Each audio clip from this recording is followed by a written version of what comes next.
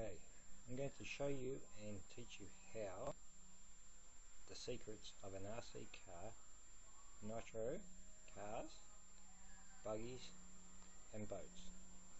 Right, first thing we're going to start with is the body of the RC cars. What to do with the body and holes and where. Right, first thing, we'll have a closer look. This is what I've done with my vehicles. I've put a hole where the fuel tank is, just here. I've also put a hole here to allow access for your ignition to start up your glow plug. But also on the back here, I've put a hole on the back here because this is a coil starter on the GV model, which is a HPI. As you can see, I've got the coil starter here. It's easy access to pull. So I have 3 holes in the body. Now I'll show you what to do and how to do it. I'll just move the car and I'll take it around the corner here. These are tips and secrets that only a few people know about. Just put the car here and we'll remove the body. Okay, well actually first things first, I'll show you what to do. Let's come down here. Right, we'll have you can see properly there. I've got the hole here where you've got the fuel tank. That's just a straight hole into the windscreen. And then I'll go and have a close look on the side. It makes it very hard to see with the light. But you can see the engine somewhere on the side there. Okay, so now that we know where the engine is roughly, we'll put a little bit of paper there. Put some sticky tape there so it holds it properly. And then you'll work out roughly where the centre of the engine is on the side there. And then we'll put a texture mark, which I've already got my holes, so I'll show you and just mark it crosswise. And then you can look in through the back window. And then you find your centre that way. And you'll find it about there somewhere. We've got the paper moving, which you'll need to put some sticky tape there, and there's your cross. That's the centre of your engine. Now what you do, you'll get a hole saw, which I am using a 54mm hole saw, which is already in the drill. If you're not too sure, well, that's 2 inches, which is in diameter from one side to the other. 2 inches or 54mm, that's what I'm using. You put that in the drill, you remove the body out of the rod. I've already have the holes here, so you just quickly drill the hole here for your front window and allows access to your fuel tank, and one on the back, but I've used a bigger one on the back there, which allows when you're driving at full speed, it allows air to come straight through this hole as well, straight onto the engine. It cools the engine down and then comes back out through the back of the window. That's your first secret or tip. Where you got your hole here, I'll just remove the paper and there's your hole there. And I've used a pretty big drill bit, I think it's a 13mm. Drill a hole in here. But let's put this body back on and I'll show you what I mean. Well, it's just sitting there at the moment. There it is. So when you actually got the car there and you're out and about and using your cars, allows easy access to your fuel tank. You just pop it up and then put your fuel in. Also here's your glow plug starter, ignition starter, straight in and then straight onto the top of the engine, and then pop it in like so, and then you put your hand through here and you can start on the engine. Easy access. That way you don't have to take your body off all the time. Let's go back into here to the engine. Well, that's pretty much it for the moment, unless you want to get technical about with the gearbox and gears and etc. I'll do another video later on. But what I will do, and I'll show you this, and I'm just going to flip this car right over, or if not, I'll just come in closer. As you can see here, that's your main gears off the engine, and then there's your gearbox. Now I've had a few problems with this. I get rocks in there and jams the gears. So I'll roll the car over, and what I've done is put some tape here to stop rocks from going into the gearbox and jamming up the gears or etc. That's for the RC cars. There is one more secret, but we'll come back to that. That is with the electrical side of it. We'll do that on the very last. And just pop that there. And move the car out of the road. And just move that out of the road. That's the car, RC car, which is a Nitro. Okay, what can we do next? Alright, we've got another car here. There's a HSP, there's a Red Cat Sonic. Different brand. Now this one's had a bit of a work done to it. As you can see, it's a Nitro engine, it's fuel. We'll put the body back on once again. Drill a hole through here, allows you to access to your fuel tank, but also cools your engine down when you're driving. A hole here for your ignition start. This one, I have an electric starter in it, so I don't really need the hole at the back there, but I'll put it there for it looks a lot better. Once again,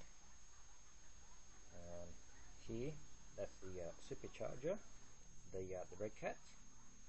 The size of the engine, it's only an 18. The car before this one, that was a 15 engine. Once again, it's pretty nifty, this car, and very quick as well. I'll pop the body back on, and we'll just put this car out of the road. And just quickly pop it there. Move that out of the road. The two cars, so the two cars that you've just seen, is a 1/10 scale. We'll move on to the 1/8 scale buggies. Okay, you ball. Most of the time you'll find that there's already a hole in the body for the fuel tank and one for the engine. That's pretty much it for the buggies, but there's still another secret. On the battery, I want to show you in the last clip. That's pretty much it for the buggies at the moment. Alright, we'll move on to the boats. I've got two boats here, both of them are petrol motors. The boat with the yellow and the orange paintwork on the body, that's a 2-stroke engine, and the body on the right there, the reddish to an orangey colour, that's a Nitro engine. But let's come closely and we'll have a look. Right, first things first, remove the cover off on both of them. Just move them out of the road. Now, the most important tip of these is inside the electric box. That's where you got your battery, your receivers and your servos. But what I'll do, as you can see, because I've come across a problem with this before, some of the vehicles, as you can see, you've got your batteries there and your servos. Right, first things first, always clean your edge here with a little bit of icy cold or something like that to remove the gluiness off there, off the edges.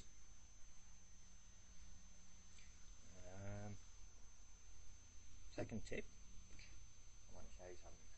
This might upset a few people, but I don't care. when you have a boat like this, it can be expensive when the boat flips over and gets water into the electric system. So what you do, you get a hold of one of these, a packet of these. No, they're not smokes or anything. They are called tampons. I know you guys all love that, but this is what they look like. Well, what you do, you unwrap them, you chuck them inside the box. So if you get water inside that box, those tampons will soak up that water so quickly, stops the water from going into the electric system. Because you guys will know how much they cost. For the receivers, you can pay up to $150 each of them, and then you got your servo, they're probably about $50 each. If your box gets wet completely, well, you're looking at almost $300 to replace the system. So you get a couple of them, you chuck it in there, and then you clean the edge around. But this one actually has screws in it, but on the perspex window. Once you put all that in there, you clean your surface around here, and then get some tape, and then you tape around it. That way it's 100% sealed. That way you don't get water in the boat when you're driving, and if it decides to flip up and down or whatever, you're on the safe side. You don't get much water in there. But once again, we'll move on to the other design of the boat, to the Nitro engine. Once again, that's a perspex window on top of the radio. As you can see in the corner here, there's no screws, there's no nothing. So what you do, you just pop out the lid, chuck a couple of tampons in there, and you're on the safe side. And then put your lid back on, seal it, and you're pretty much right with the boat.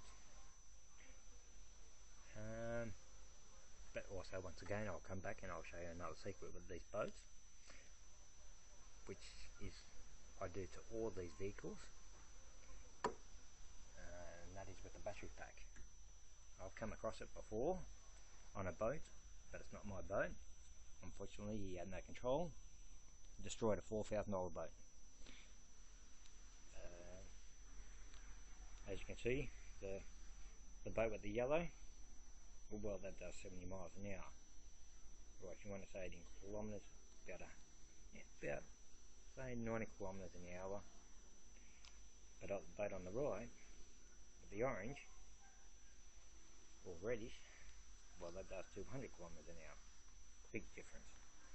Let's come back onto the back of the boats. Let's have a closer look. As you can see, this boat with the yellow has a 2-blade propeller. Move across. The other boat has a 3-blade propeller. Well, there's a tip with the propellers. The 2-blade is designed for a fast speed, and the 3-blade is designed to push more water. Big difference. As you can see, a big difference between the size of the boats and the two different engines. One's a 2-stroke and the other one's a Nitro. Once again, there's a difference of the RPM.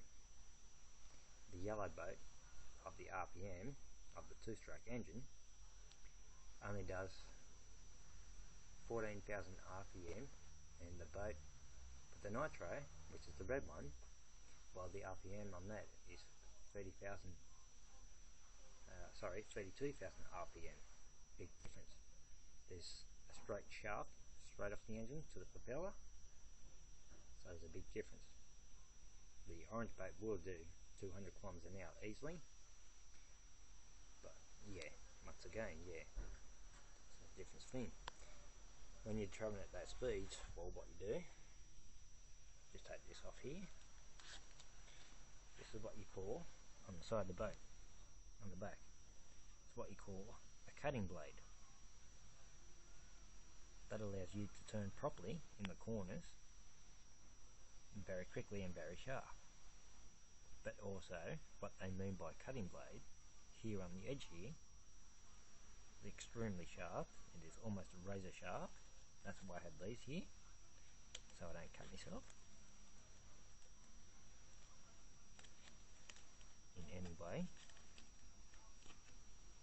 razor sharp, also for your prop. Just try and take that out. As it gets down below, it's very sharp there.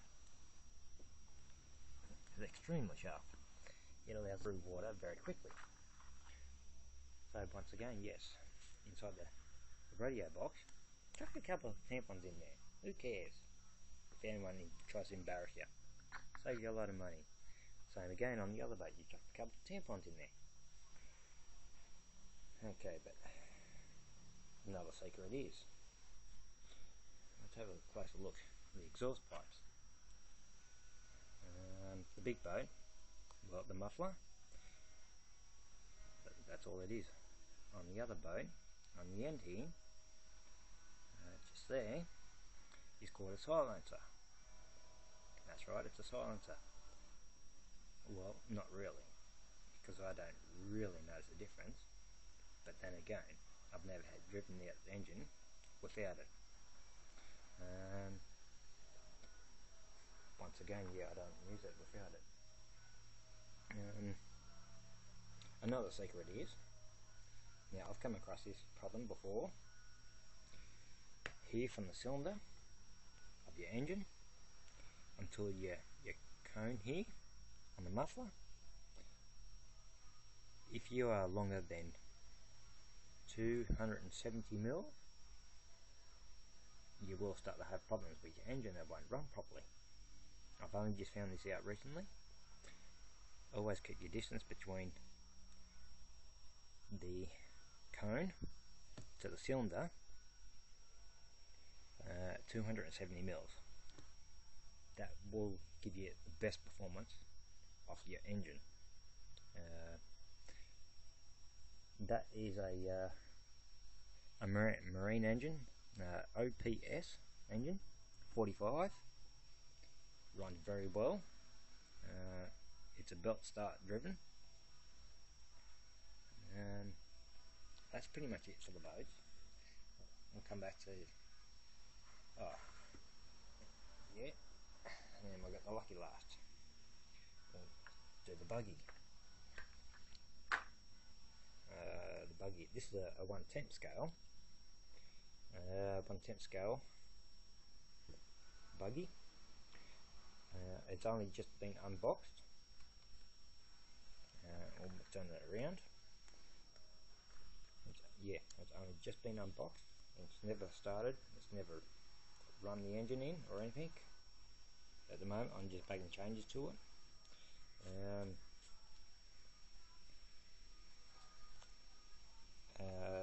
What can I say?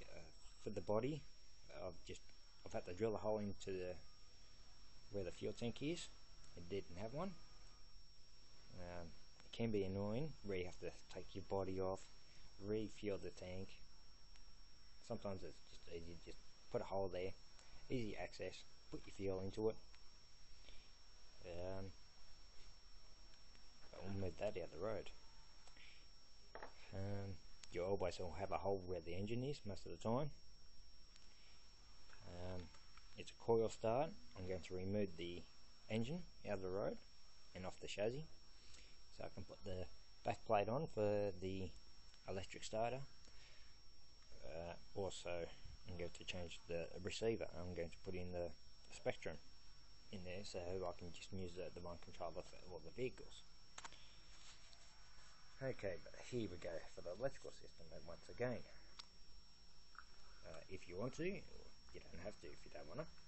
You can chuck a tampon in there, so if you get water in the receiver box, it takes up the water, doesn't destroy your receivers and your switches, etc.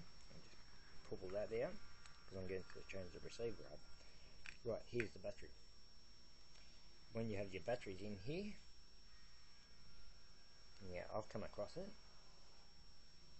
these problems, especially for the buggies and for the boats, because they bounce around so much. Sometimes you'll find that the battery will bounce out of the socket, and then you'll have problems.